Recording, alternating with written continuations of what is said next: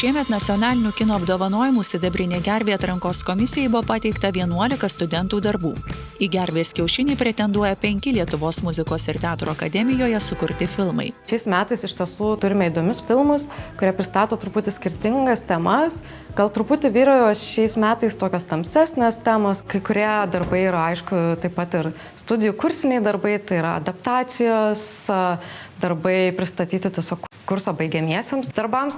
Filme -15 apie gyvenimą išėjus iš įkalinimo įstaigos pasakoja 4 kurso kino prodiusavimo studentas Rinaldas Tomaševičius, darbo vadovas Audrius Kuprevičius. Nerašiau aš jokių laiškų. Nenorėjau raumuoti. 3 kurso režisūros studentės Augustės Gerikaitės filmas Artumo jausmas apie prieštaringus troškimus ir bendros kalbos paieškas. Darbo vadovai Ignas Miškinis, Algimantas Puipa, Audrius Kuprevičius, Rimvydas Leipus, Saulius Urbanavičius, Darius Šilėnas, Vytautas Dambrauskas.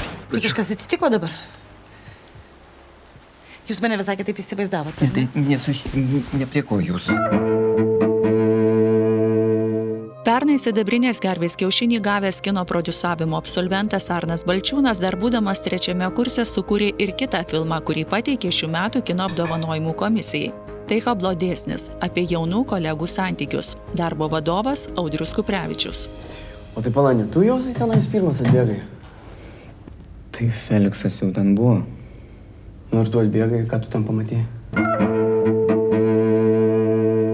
4 kursė kino meno ir vaizdo režisūros studentė Silvija Kuodytė pristato filmą Jati be aubių. Darbo vadovė Giedrė Beinoriūtė.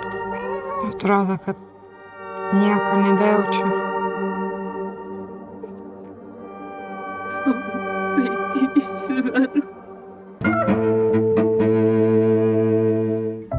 Milda Augustaitytė 4 kurso vaizdo režisūros studentė kino apdovanojimų komisijai pateikė dokumentinį filmą Numeris 1. Tai pasakojimas apie sportinių šokių pasaulio užkulisius, kurie ne visada spindintys. Darbo vadovas Audrius Stonys. Kas ten vyksta, nelabai gražu. Tai negražu. Negražu skriausti vaikus, negražu skriausti merginas, negražu elgtis negražiai, bet yra kaip yra. Iš tiesų yra tokia įdomi kategorija, kurioje matai augančius menininkus, kino kūrėjus, kurie vėliau taip pat jau pretenduos ir geriausią metų filmo. Tai manau iš tiesų labai įdomi ir svarbi kategorija, kuri papildo labai gausiai mūsų sidabrinės gervės šiais metais.